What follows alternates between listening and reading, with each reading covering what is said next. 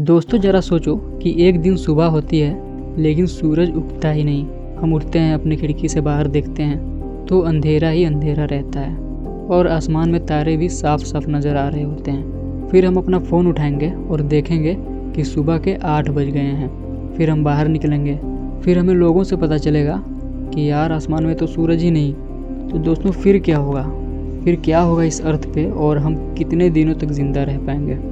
दोस्तों सबसे पहले ठंड बहुत स्पीड से बढ़ने लगेगी और 24 आवर्स होते होते तक टेम्परेचर अराउंड -17 डिग्री सेल्सियस हो जाएगी और 3 से 4 दिन तक -70 डिग्री सेल्सियस।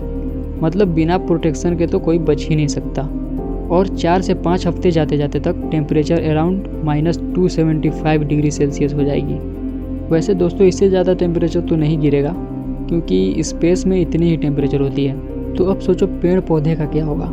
उन्हें सनलाइट चाहिए होती है न्यूट्रिशन बनाने के लिए, जिसे हम फोटोसिंथेसिस कहते हैं। तो सूरज के बिना वो न्यूट्रिशन बना ही नहीं पाएंगे, तो 1-2 दिन में पत्ते मुरझाने लगेंगे, यानी पेड़ पौधे भी डेड हो जाएंगे और कुछ हफ्तों में सारी ग्रीनरी ख़त्म हो जाएगी। हमें लगने लगेगा जैसे दुनिया की रंग ही चला गया हो। और सूरज के बिना सर्वाइव करना बड़ा मुश्किल हो जाएगा।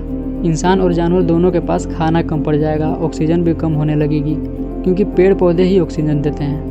हाँ, लेकिन साइंटिस्ट हमें बताते हैं कि इस एटमॉस्फेयर में ऑलरेडी इतना ऑक्सीजन है कि 1 साल तक हम सांस ले सकते हैं। लेकिन और भी बहुत सारे प्रॉब्लम्स होने लगेंगे ना, जैसे कि धूप न मिलने से बॉडी में विटामिन डी प्रोडक्शन रुक जाएगी, हार्मोन्स डिस्टर्ब होने लगेंगे और इम्यून सिस्टम भी कमज़ोर होने लगेगा।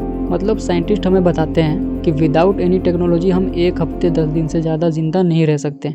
और अगर हम टेक्नोलॉजी का यूज़ करें जैसे हीटर्स, इलेक्ट्रिसिटी, अंडरग्राउंड शेल्टर्स वगैरह और कुछ फूड वगैरह भी स्टोर कर लें तो हम कुछ महीने या मैक्सिमम 1 साल तक सर्वाइव कर सकते हैं। लेकिन फिर भी धीरे धीरे तो फूड, फ्यूल और ऑक्सीजन लेवल गिरता जाएगा ना, तो उसके बाद तो लाइफ ख़त्म। और हाँ, सन अपनी ग्रेविटी से पूरे सोलर सिस्टम को कंट्रोल करता है। अगर वो नहीं रहा तो अर्थ अपनी ऑर्बिट से निकलकर स्पेस में भटकने लगेगी और धीरे धीरे अर्थ एक बर्फ से ढकी हुई बॉल बन जाएगी जो स्पेस में कहीं खो जाएगी।